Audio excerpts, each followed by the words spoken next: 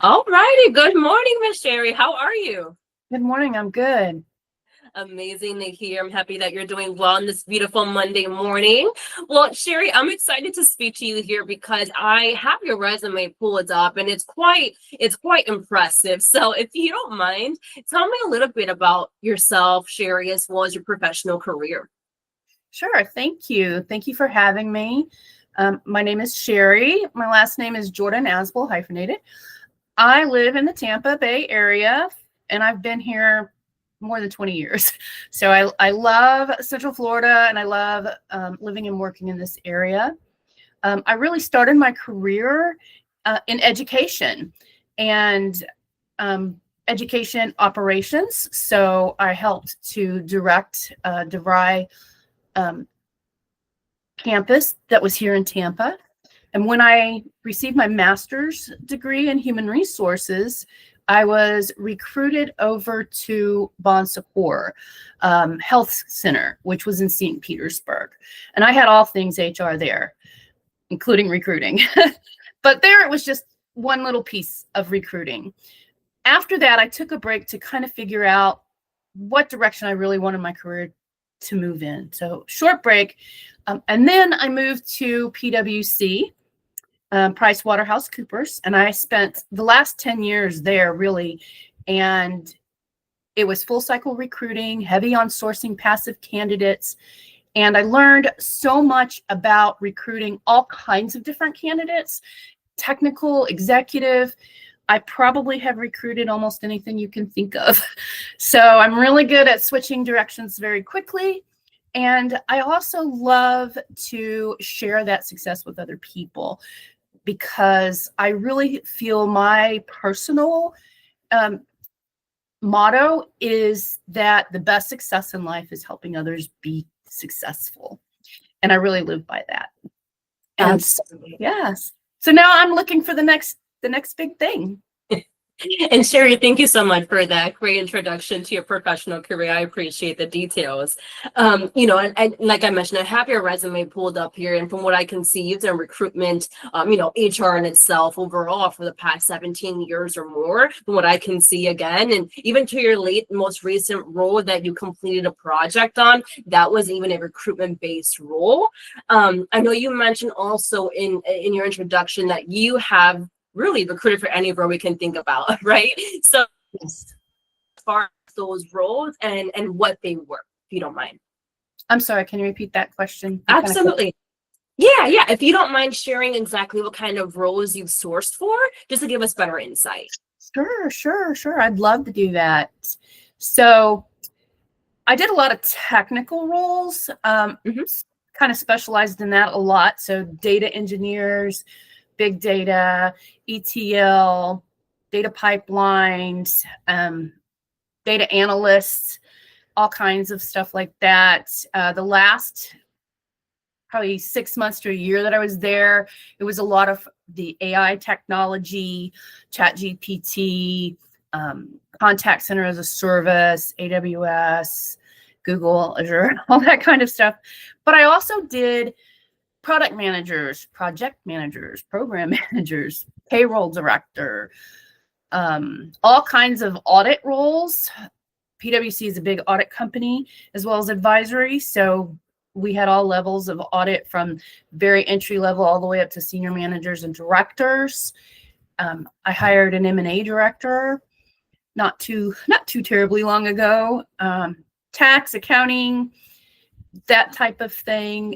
Also consultants, a lot of consultants across a lot of technical platforms like Salesforce or Oracle, but also just professional consultants, as well as sales roles, director level in various areas like life services, things like that. Prior to PwC, I did a lot of recruiting for nursing and that sort of thing. And at DeVry, I recruited office personnel as well as instructors.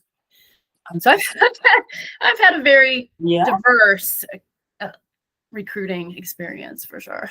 Absolutely. You worked in a few industries when it comes down to the recruitment. You've done those professional roles, you've done those niche roles with AI, and then, those managerial and director roles. So that really shows your efficiency with being able to pivot, right, with those various kind of roles.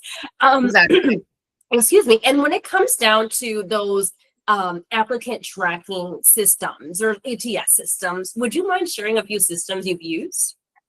Yeah, sure, absolutely. I've done a lot. We've had a lot of like we started with Smashfly and then we transferred over to Phenom. Those were applicant tracking systems. I've also used Brass Ring or Source One. I've used Lawson. That was a big conversion project that we did before. So what else? Workday. Workday was the last one that I used. So I was trying to think of what we were before that. I don't remember what we were before Workday, but yeah, I've used quite a few, and I'm pretty good at transferring from one to another. I've done that several times, so that kind of makes me a little more versatile. That sounds amazing. And yeah, I think you've used the more of the standard ATS system that we all kind of use for those applicant tracking or, applications and whatnot. I want to go back because off the actual screen here, we were talking about if you have been able to mentor any personnel and what that looked like. So if you don't mind sharing that with me once again, Sherri. Sure. I do have experience supervising and mentoring and coaching others. I've been through mentor programs at PwC as the mentor and the mentee. So I've done it both from both sides. And then at PwC, I was leading a team of about 3 to 5 people and coaching them and working through performance and career development with them, as well as holding the same recruitment goals as they did.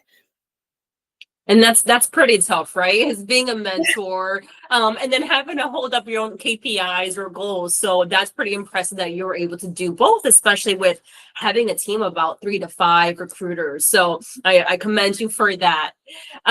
You mentioned that you've done full cycle recruitment, Sherri. Yes. What does that look like to you?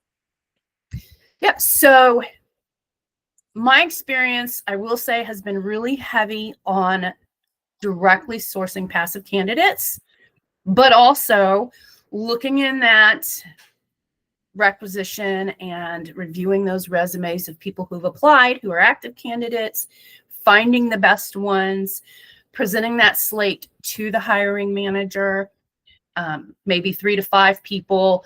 These are the best people that I've found so far. Having those discussions with those hiring managers to make sure that I am going after the right skill set, and being able to take feedback as well and apply it immediately to that search, and then move that person or that applicant through the tracking system, following them, giving them great candidate care, because that's always important. Relationship building is important, whether that's the candidates, your, people you're coaching, or your any of your stakeholders. So candidate care, move them through the pipeline, and then once that hiring team has decided on who they want to hire, we move them into the offer stages, make that offer, work with the candidate. Sometimes there's some negotiation that happens with that, and then putting them through to the onboarding. At PwC, at that point, we usually move them to another team to do onboarding, but I have done onboarding previously and prior to that as well as assisting and being a very soft handover to whoever that team is as well. That was spot on. Thank you. From the start to the ending, right? You're there throughout the entire process. Yes. So I appreciate you sharing that for me, Sherri. I would add one thing though, and this is often overlooked.